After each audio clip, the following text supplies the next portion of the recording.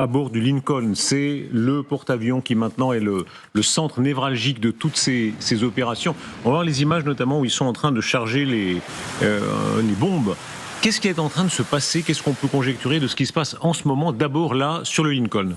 Ce à quoi on assiste, c'est à une gesticulation militaire pour tenter de faire pression au maximum sur le régime iranien de façon à faire avancer toutes les négociations secrètes, discussions secrètes. Ou chantage. Appelons ça un chat, c'est un joli chantage avec un gros pistolet sur la tempe. Le New York Times dit que c'est déjà fichu, en tout cas d'après le New York Times, en fait c'est terminé, c'est-à-dire que l'heure maintenant sera que les armes parlent. Enfin on verra ce qu'il en est, mais en tout cas c'est ce que dit le New York Times. En tout cas il y a plusieurs éléments qui d'habitude sont préalables à une invasion déjà, ou une attaque en tout cas, c'est cette accumulation de force, il n'y a aucun doute, on le voit, ça fait quand même des semaines que ça s'accumule, qu'il y a des bateaux qui arrivent dans la zone, mais également que les Américains ont évacué une partie de leurs forces qu'ils ont au sol. Parce qu'il ne faut pas oublier que l'Iran, ils ont dépensé énormément de missiles vers Israël, mais ils ont beaucoup plus, on parle peut-être de milliers de missiles, qu'une portée intermédiaire de 300 à 500 km. Ils ne peuvent pas toucher Israël avec ces missiles-là. Par contre, les bases américaines en Irak, au Qatar, en Arabie Saoudite, eh bien, on a a priori des preuves de l'évacuation des Américains du Qatar, parce que même si leurs technologies savent intercepter ces missiles, la saturation fait qu'il y en a qui passeraient. Je vous fais un cadeau à l'un et l'autre. Critiquez les journalistes, allez, faites-vous plaisir. Moi, je suis frappé de voir à quel point nous autres journalistes qui sommes naïfs, à chaque fois on se fait avoir, on se dit mais il se passe rien, parce qu'en réalité, mettre en place un dispositif militaire, et ça a été vrai dans beaucoup de guerres précédentes, ça demande du temps. Donc on a dit, Trump ne fait rien. Si, il est en train de préparer. Mais alors, logiquement, il y a toute une infrastructure logistique. Le problème, c'est que les Américains n'étaient pas prêts au moment où ils auraient pu aider. Il y avait ces émeutes, il y avait cette volonté de renverser le gouvernement. Il n'y avait pas les Américains qui étaient disponibles pour donner le coup de main. Certains vous diront il n'est jamais trop tard pour renverser une dictature. La question, c'est est-ce que les 30 000 manifestants qui ont été tués en Iran, est-ce qu'ils ne vont pas manquer pour effectivement avoir l'effet stratégique décisif de renverser le gouvernement? Pas parce que les Américains cherchent à imposer un autre pouvoir, mais parce qu'ils sont hautement détestés par leur propre population. Depuis hier, on a plus d'informations sur les exigences américaines pour éviter de basculer dans la phase militaire de l'opération. Le premier, c'est que l'Iran renonce à la totalité de ses activités nucléaires, à tout enrichissement d'uranium en particulier. Le deuxième, c'est qu'ils renoncent à toutes leurs capacités balistiques, qui est un des piliers du régime aujourd'hui très largement mis en avant. Et le troisième, c'est qu'ils abandonnent tous leurs alliés, les Houthis, le Hezbollah, etc. Donc ces trois exigences américaines, sans quoi il y aurait des frappes, elles sont absolument inacceptables du point de vue iranien. Ils pourront faire semblant à la marge de donner quelques gages aux États-Unis, mais évidemment, ils vont jamais céder sur ça.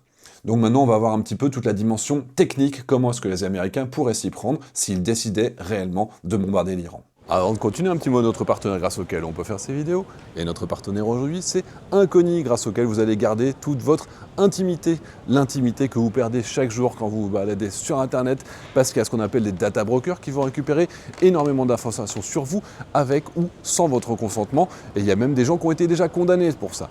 Seulement, quand vous naviguez, quand vous utilisez des cookies, quand vous regardez des vidéos, quand vous payez vos impôts, et également quand vous faites des achats en ligne, ça va leur permettre de créer une sorte d'identité numérique qui vont pouvoir vendre des milliards. Et c'est comme ça que des groupes comme Facebook font des centaines de milliards d'euros de chiffre d'affaires, simplement parce qu'ils vous connaissent très très bien. Alors évidemment, on a la possibilité de se faire disparaître de ces bases de données, sauf qu'on ne sait pas dans lesquelles on se trouve, et c'est là qu'Incogni intervient. Eux, ils ont la possibilité d'aller les interpeller, de vous faire disparaître, mais en plus, il y a un nouveau service qui vous permet de demander votre suppression de page web dans laquelle il y a des informations personnelles sur vous, votre adresse, les choses que vous avez pu faire quand vous étiez jeune, vos résultats sportifs, et bien tout ça, vous pouvez en demander la suppression avec les URL uniques, et ça c'est super efficace, j'ai déjà utilisé plusieurs fois pour maintenir mon intimité. Donc suivez mon lien incogni.com/Titelman. Depuis que j'y suis, il y a plus de 300 bases de données desquelles ils m'ont fait disparaître. Puis en plus, en ce moment, il y a une super promo et c'est une bonne façon de commencer l'année. Allez, on retourne à notre sujet. Ouais, il faut tellement de temps pour mettre en place cette armada.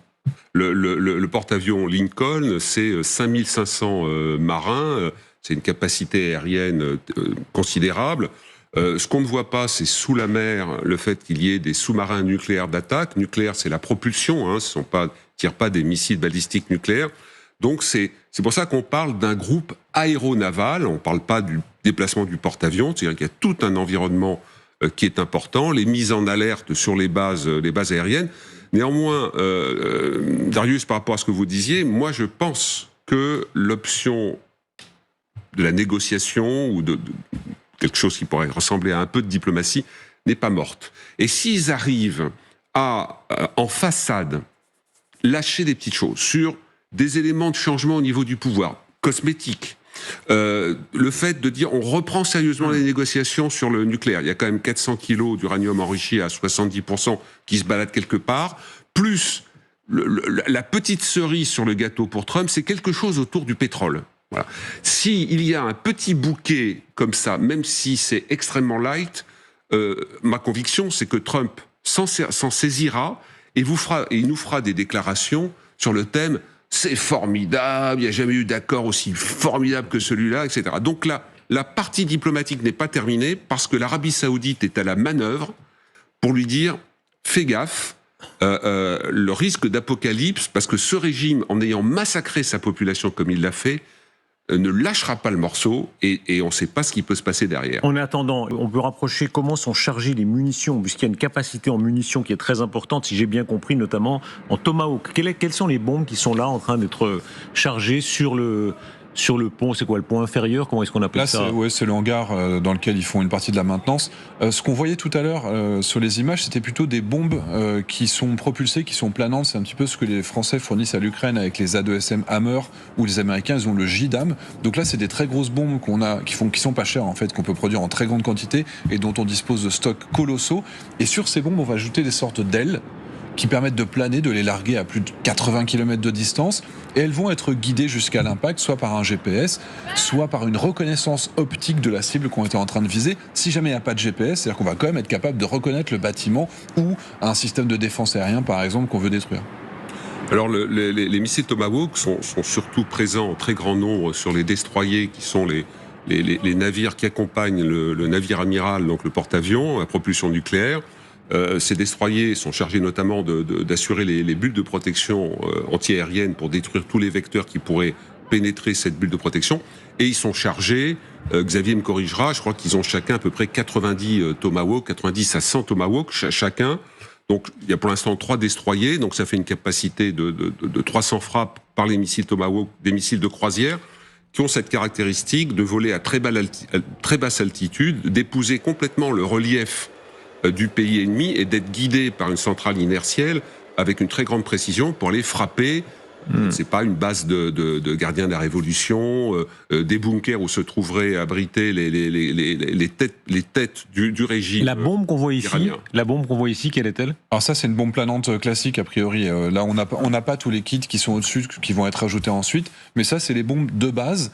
Et de cette base, on va ajouter des sortes d'intelligence qui permettent de savoir si ça va être un système avec de l'optique, soit une reconnaissance, parce que quand je dis laser, ça peut être aussi un désignateur au sol. On sait qu'il y a des commandos israéliens, ils peuvent éclairer une cible, et donc, malgré tous les brouillages, tout ce qu'on peut mettre autour, cette bombe va être capable d'aller jusqu'à une désignation laser au sol. Et l'idée du premier bombardement est en train de faire son chemin. Déclaration de Rubio il y a quelques instants. Le président se réserve toujours la possibilité de mener une frappe préventive. Préventive dans leur langage, ça veut dire on tape les premiers, on tape, voilà. Préventive, c'est le mot joli pour... c'est l'emballage, hein. Une frappe préventive à des fins défensives. Alors, qu'est-ce que c'est qu'une frappe préventive à des fins défensives? Mais contre quoi on se Messieurs défend, les sémiologues, ça veut dire on va taper surtout, hein. Non mais la question c'est contre quoi on se défend. Il n'y a plus d'armes nucléaires. Donald Trump, c'est ça qui est le problème avec Donald Trump, c'est quand il dit ils étaient à un mois d'avoir la bombe, on a tout détruit. Ça peut être vrai, ça peut être totalement faux. C'est un problème de la crédibilité de la parole présidentielle américaine. Comme elle est nulle, on ne sait pas si c'est réel. Aujourd'hui, ils ont quand même leur capacité de lancer des missiles qui est très très amoindrie. A priori, ils ont plus de capacité nucléaire. Donc se défendre contre quoi? Quelle est l'urgence qui impose d'intervenir? Il y a potentiellement le nucléaire iranien. Ben oui, mais si, comme le dit Trump, ça a déjà été détruit, pourquoi est-ce qu'il y a besoin d'intervenir encore une deuxième fois? Donc c'est lié évidemment aux manifestations en ce moment, mais quelle cible logique, légitime, militaire intéressante? Alors, petite parenthèse, la bombe qu'on a vue tout à l'heure, pour aller vraiment pas à pas, puisque au fur et à mesure que la soirée avance, on a d'abord les déclarations et en même temps sous les yeux le dispositif. Une bombe comme ça peut frapper quoi? Vous parliez par exemple des casernes de la police du régime, ça peut être ce genre de but? Mais absolument n'importe quoi. La seule différence, c'est que c'est pas un missile. Un missile, ça va aller, comme le missile Tomahawk, à des centaines, voire des milliers de kilomètres, donc on se met pas en danger. Ça, c'est une bombe qui nécessite de se rapprocher de sa cible et donc ça veut dire qu'on est déjà dans des bulles de protection aérienne iranienne qui auraient été totalement détruites. Et on sait que les Israéliens l'ont fait lors des premières, il y a quelques mois.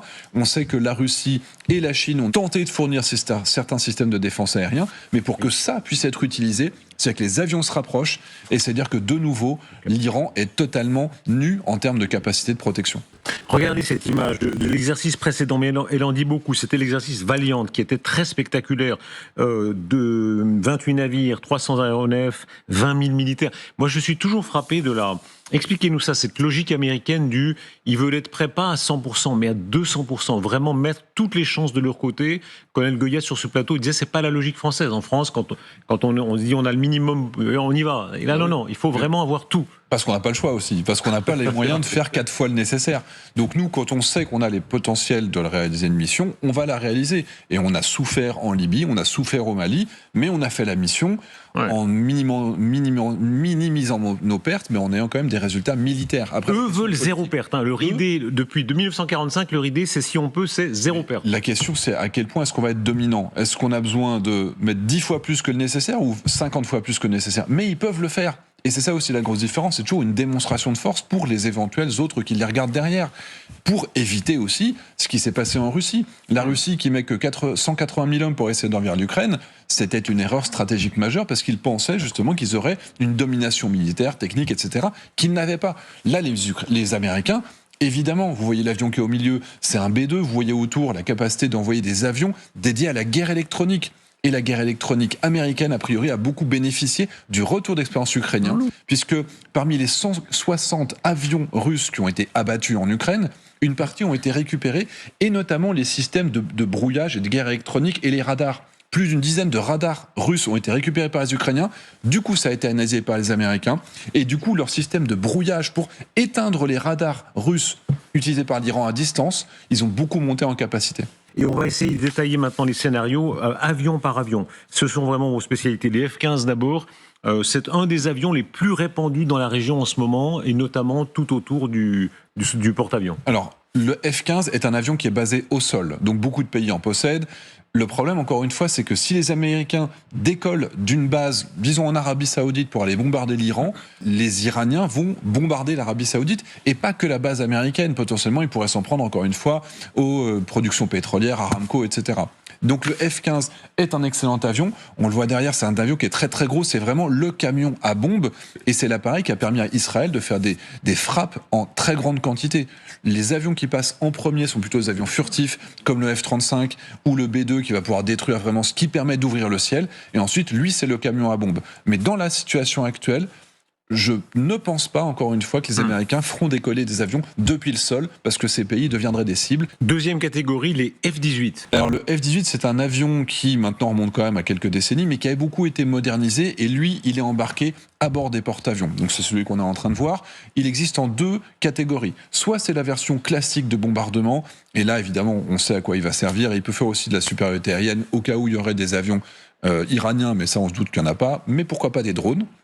Et ensuite, il a aussi la possibilité, pour une de ces variantes, d'avoir ce qu'on appelle le Growler, le EA-18 Growler. C'est un avion qui va tellement envoyer d'ondes électromagnétiques que vos systèmes de communication vont arrêter de fonctionner, que vos radars ne vont plus rien voir, parce qu'il y aura un bruit électromagnétique tellement important que vos radars, vous n'avez rien à voir devant vous. Regardez, est-ce qu'il peut y avoir un contre-feu de la part de la République islamique d'Iran? Regardez bien la séquence qui suit, elle est tout à fait étonnante. C'est ce porte-drone iranien, c'est une sorte de porte-avions du pauvre, si on veut. Alors il y a l'énorme porte-avions Lincoln qui est à la pointe, et il y a ce porte-avions qui peut faire sourire, mais expliquez-nous pourquoi Xavier Tutela, il ne fait pas sourire. Il y a quand même une capacité de nuisance potentielle de la part des Iraniens en matière de drones. Ils ont des capacités. Alors ça, c'est le drone qui s'appelle le KR-313. À l'origine, ils ont voulu faire semblant que c'était un avion de chasse piloté, puis finalement ils l'ont réduit à l'état d'un drone. Mais globalement, les Iraniens ont surtout la capacité de faire de la quantité, de la masse. Le drone kamikaze Shahed, c'est quand même lui aujourd'hui qui permet de raser l'Ukraine jour après jour. Ils ont aussi beaucoup tiré sur des pays à partir de leurs alliés, les Houthis, etc. C'est-à-dire qu'ils ont développé, non pas des technologies de pointe et qui pourraient être efficaces, mais ils ont développé une masse low cost qui est aujourd'hui une gêne pour les défenses d'un groupe aéronaval. Cette image est saisissante, parce qu'il y a un côté système D. Il n'y a pas besoin d'être spécialiste, même l'œil le plus candide voit bien que c'est pas tout à fait un porte-avions normal, mais il y a une tradition iranienne, il ne faut pas sous-estimer ce régime, il est très solide, il dure depuis 79, grand recours au terrorisme et grande capacité d'adaptation. Alors après, c'est la débrouille. Comme la Corée du Nord est capable de développer une arme nucléaire alors qu'ils ont le PIB d'un département français, ce pays a été obligé de contourner la réalité du terrain. Donc parfois, ils font des lance-missiles qui sont lancés depuis des bateaux civils, avec des containers. Donc effectivement, avoir des drones qui décollent d'un pseudo-bateau, ce bateau va être coulé en claquant des doigts si les Américains le décident, et finalement, ces drones, ils seraient aussi bien s'ils décollaient du sol. C'est une démonstration, c'est de la propagande purement ici. Et pourtant, est-ce qu'on peut imaginer le scénario catastrophe pour les Américains que ce matériel-là ou d'autres infligent quand même un coup contre une base américaine, des militaires américains? L'aviation américaine, quand elle va agir, il y aura zéro perte. La marine américaine, il y aura zéro perte, ou si ce n'est un ou deux drones qui arrivent à passer avec les défenses. La vraie capacité d'attaque, en fait, c'est les moyens alternatifs. Et donc, effectivement, c'est des centaines de missiles sol-sol, c'est des milliers de drones kamikazes qu'on voit ici devant nous. Et il y a un petit côté sauf qui peut ce soir, pardon de vous interrompre, on apprend que KLM annule toutes ses liaisons aériennes avec Tel Aviv. Donc là, ce sont les compagnies aériennes civiles qui commencent toutes à dérouter leurs liaisons, annulent toutes ces liaisons aériennes avec Tel Aviv. Plusieurs compagnies occidentales modifient leurs itinéraires dans tout le Proche-Orient, ce qui semble accréditer l'idée du risque qui s'approche. Oui, alors là, avant des opérations militaires, quelles qu'elles soient, vous avez ce qu'on appelle des NOTAM qui sont émis, et vous avez des grandes zones aériennes comme ça qui vont être fermées, parce que simplement, si vous ajoutez des avions civils au milieu d'avions militaires, l'éventuelle défense aérienne, elle ne va pas forcément distinguer des cibles militaires des cibles civiles. Donc, on se rappelle l'image terrible, c'était l'avion d'Air France, où dans le cockpit, ils ont vu passer la défense. Mais même le MH17, dans lequel les Russes ont abattu l'avion malaisien qui venait des Pays-Bas pour aller en Malaisie. Et donc, effectivement, on ne met pas d'avion civil au milieu d'une opération militaire, parce qu'on peut se prendre des missiles qui passent par là, mais parce qu'on peut aussi être pris pour cible par erreur par la défense aérienne locale. Vous parliez des buts, Pierre Servan. Peuvent-ils, veulent-ils éliminer, décapiter le régime? Beaucoup disent, c'est notamment l'hypothèse du New York Times, Trump veut un bombardement décapitant, si possible qu'en quelques heures, tout soit cassé à la tête du régime. Peut-être Khamenei, en tout cas tuer Khamenei. Déclaration de Donald Trump du jour. Comme je l'ai déjà dit, négocier, ça rejoint ce que vous disiez Pierre, ils ont refusé l'opération Midnight Hammer a entraîné une destruction majeure du pays. La prochaine attaque sera bien pire et il déclarait précédemment, nous n'allons pas le tuer, il parle de Khamenei, du moins pas pour l'instant. Quand on dit ça, ça veut dire que l'hypothèse évidemment existe toujours. Et c'est plutôt l'opération sans risque qu'il veut. Là, ils iront pas au sol, ils feront pas d'opération au sol, ils feront pas une opération à la Maduro en envoyant des hélicoptères qui risqueraient de se faire abattre, parce qu'ils considèrent aussi qu'ils ont réellement le soutien, plutôt la population locale qui veut renverser ce gouvernement, et ils veulent soutenir ce gouvernement. Mais quelles sont les cibles militaires quand on veut soutenir des manifestants? Est-ce qu'on va dire, les gardiens de la révolution, eux, on les tape, et puis le reste de l'armée, on les tape pas, en espérant qu'ils soutiennent les révolutionnaires? Les contre-révolutionnaires, la question militaire aujourd'hui, elle est presque secondaire, parce que ça peut être pire demain si effectivement c'est un échec. S'il tue Khamenei, il a combien de successeurs, Khamenei? Il a trois fils, dont un, Massoud, qui a déjà pris la main derrière. Donc, Quand on voit les bunkers présumés de Khamenei, alors il y en a un qui est vraiment des locaux officiels dans Téhéran, il a aussi dans la zone plus montagneuse, là, dans cette région, ce bunker supposé. Est-ce qu'on peut imaginer le bombardement unique qui arriverait à toucher du premier coup Khamenei? L'illustration est parfaite, c'est l'avion qui a été utilisé la dernière fois, c'est une aile volante furtive, ça s'appelle le B-2A Spirit, et il porte en particulier une bombe qui s'appelle la GBU-57 qui fait 13 tonnes. Une bombe de 13 tonnes qui arrive à 800 km/h sur le sol avec une tête surblindée, déjà ça va s'enfoncer dans plusieurs dizaines de mètres de roche ou dans plusieurs mètres de béton, et ensuite ça va exploser avec une charge utile 12 tonnes. C'est-à-dire que vous avez c'est celle qui est en train de tomber là, vous allez finalement, par ces interstices, par les portes, etc., vous allez, par surpression, tuer tous ceux qui sont dans un... Là, on a vraiment sous les yeux ce qui est vraisemblablement le rêve de Trump. C'est-à-dire, d'abord, il adore son B2. Ça, pour lui, rappelez-vous, quand il l'a montré à Poutine, pour lui, c'est l'arme suprême. Et évidemment, c'est une arme extraordinaire. L'idée que, comme ça, un bombardement, une GBU qui frapperait la tête du régime et qui réussirait, pour lui... Là, on voit justement, c'est intéressant sur cette image, on voit la bombe qui traverse la totalité de l'épaisseur, et on voit qu'il s'enfonce juste par son poids, sans propulsion, parce qu'il a été lancé, et s'enfonce de plusieurs mètres, et en dessous, on voit dans le tunnel, qui est plusieurs mètres en dessous, ça va le taper. Donc évidemment, dans Trump, j'ai envie de dire qu'il y a une vision un peu simpliste des relations internationales et de la situation. Si on tue le chef des simpliste, méchants, mais assez efficace en l'occurrence. Là, il a les moyens Khamenei, d'être efficace. Mais disons que dans son esprit, tuer le chef des méchants, comme dans James Bond, ça aboutit à basculer la situation et que finalement tout s'arrête et qu'il n'y a plus de méchants en face de nous.